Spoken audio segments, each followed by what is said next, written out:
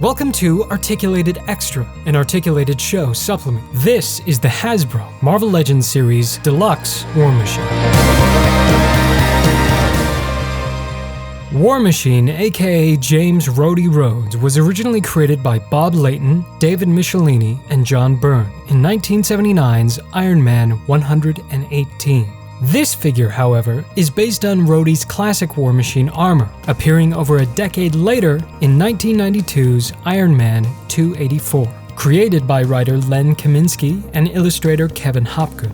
Rhodey comes with a ton of accessories, including a barrage of missiles that attach to his shoulder-mounted missile launcher, a large burst effect for his shoulder-mounted Gatling gun, a piece depicting a spray of bullets for his wrist-mounted gun, 2 other blasts and smoke effects for the same gun, boot thruster fire effects, smoke stands that combine with said fire effects, and of course, the alternate head. Out of the 40 pieces that make up this figure, 63% are new. 30% have some sort of deco applied, and 34 points of articulation link these pieces together. War Machine stands 6 3/8 inches tall, or 16.2 centimeters, appropriately standing a bit taller than 80th Iron Man, and for a few other War Machine comparisons, here's Ares Series Ultimate War Machine, Smart Hulk Wave, Avengers Infinity War War Machine, and fan channel exclusive Punisher War Machine.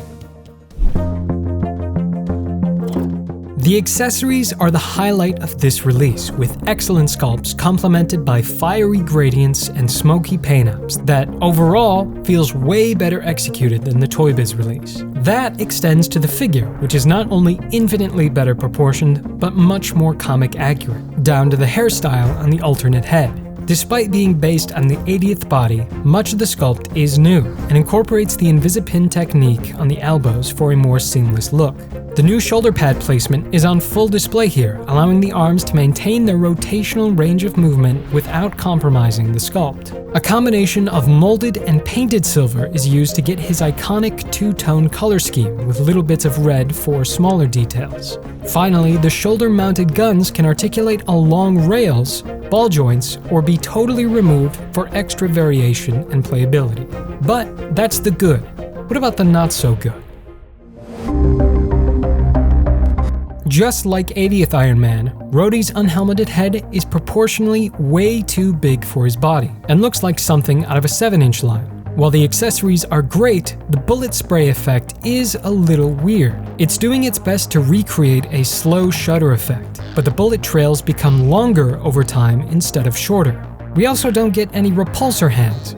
With the new sculpt of the lower leg, a mid-calf cut could have easily been hidden by the boot, and there's an odd lack of pinless joints on the knees. Speaking of which, the black joints on the underside of his knees just sort of cut into the leg, something a quick application of silver would have hidden. Paint would also have been preferred over the vaguely translucent silver molding of the legs.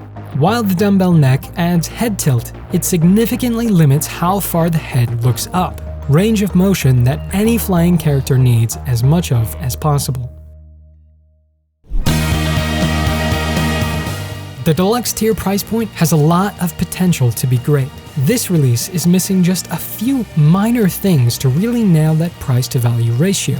It's still a major improvement over the previous version, and the perfect buck for Iron Man and any variations going forward. Now I want the first appearance armor, the Golden Avenger armor. Before we get to the final score, if you enjoy our style, consider giving this video a like. If you want to see more, subscribe or follow us on your favorite social media, @Articulated Show.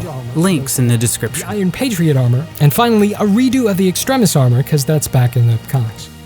With a ton of new sculpt and fun accessories, simplistic deco scheme that still gets the job done, and new points of articulation, this classic War Machine action figure earns a final score of 8 out of 10.